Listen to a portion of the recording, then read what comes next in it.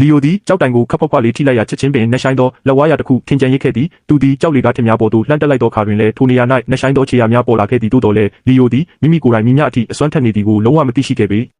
လီယိုပြဿနာရှာမိကိုစိုးရိမ်သဖြင့်သူ၏ဆရာဖြစ်သူကသူ၏ကျင့်ကြံစင်မှာအလွန်တရာအားနည်းလာသည်ဟုမူတာဝါဒပြုကာသူ၏စစ်ဆက်ထားသူကိုရှာဖွေရန်တောင်ပေါ်မှအောက်သို့ဆေးလွတ်ခဲ့သည်သူ၏ဆရာမှဒဏ်ရာရရှိထားပြီးဖြစ်သည်ကိုသူလုံးဝမသိရှိခဲ့ပေမမျှော်လင့်ပဲလန်ခီတွင်သူသည်ရန်သူများ၏လိုက်လံလုပ်ကြံခြင်းကိုခံနေရပြီးအကူအညီတောင်းခံနေသောမျိုးသားတဦးနှင့်ဆုံတွေ့ခဲ့သည်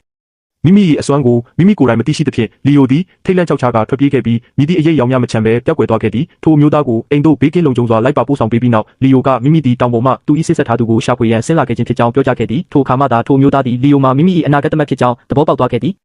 ထိုမိန်းကလေးကလီယိုအားအမှန်တရားကိုပြောပြချင်တော့လဲသူမ၏ဖခင်ကသူမကိုတားဆီးခဲ့သည်သူကလီယိုသည်အလွန်အားနည်းလွန်းသည်ဟုယုံကြည်နေသဖြင့်စစ်ဆက်ကြောင်းလမ်းမှုကိုလှုပ်ဝက်ထားရန်ဆုံးဖြတ်ခဲ့သည်လီယိုထွက်ခွာတော့မည့်အချိန်တွင်သူ၏ကြောက်စိမ်းဆွဲပြားသည်ကြီးမားလာသောမိဖို့ချောင်းသုံးအိုးကြီးတစ်လုံးအောက်သို့လျှော့ကျသွားခဲ့သည်သူသည်ထိုဆွဲပြားကိုပြန်လည်ယူရန်အတွက်တန်ချိန်10တန်းရှိသောထိုအိုးကြီးကိုအသားရမချလိုက်သည်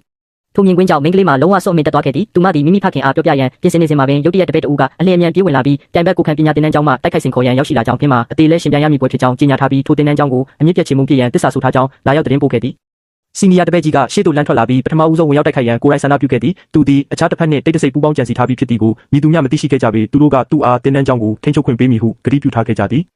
ထိုသူနှစ်ဦးသည်ချက်ချင်းပင်ဟန်ပြတိုက်ခိုက်ပွဲကိုစတင်ခဲ့ကြသည်လီယိုကသူတို့၏လှုပ်ရှားမှုများမှာအလွန်နှိကွေးလွန်ပြီးဟာကွက်များဖြင့်ပြည့်နှက်နေသည်ကိုလင်းမြန်စွာမြင်တွေ့ခဲ့သည်သူသည်တိုင်ဘက်၏အားနည်းချက်များကိုချက်ချင်းထောက်ပြခဲ့တော်လဲစီနီယာတပည့်ကြီးကသူ့ကိုလစ်လျူရှုခဲ့သည်ထို့နောက်သူသည်တမင်တကာရှုံးပေးကအခြားတစ်ဖက်သို့ရှုံးနိမ့်ခဲ့သည်တိုင်ဘက်ကသူတို့၏တကြောင်းလုံးမှာအလွန်အားနည်းလွန်းသည်ဟုလောင်ပြောင်တရောခဲ့သည်သူ၏မောက်မာမှုကိုမြင်တွေ့ရသဖြင့်ဒုတိယစီနီယာအကိုကရှေ့သို့လှမ်းထွက်ခဲ့တော်လဲခွန်အားကွာဟချက်မှာအလွန်ကြီးမားလွန်းနေခဲ့သည်သူသည်ရင်ဆိုင်တိုက်ခိုက်မှုတစ်ကြိမ်တည်းဖြစ်ပြီးနောက်သို့လွင့်စင်သွားခဲ့သည်အရေးကြီးသောအချိန်ခါတွင်သူသည်လီယို၏အကြံပြုချက်ကိုတတိယသွားခဲ့သည်ဆုံးရှုံးစရာဘာမျှမရှိတော့သဖြင့်သူသည်ထိုနီလန်အတိုင်းစံတက်တိုက်ခိုက်ကြည့်ခဲ့ရာမမျှော်လင့်ပဲတိုင်ဘက်ကိုအနိုင်ရရှိသွားခဲ့သည်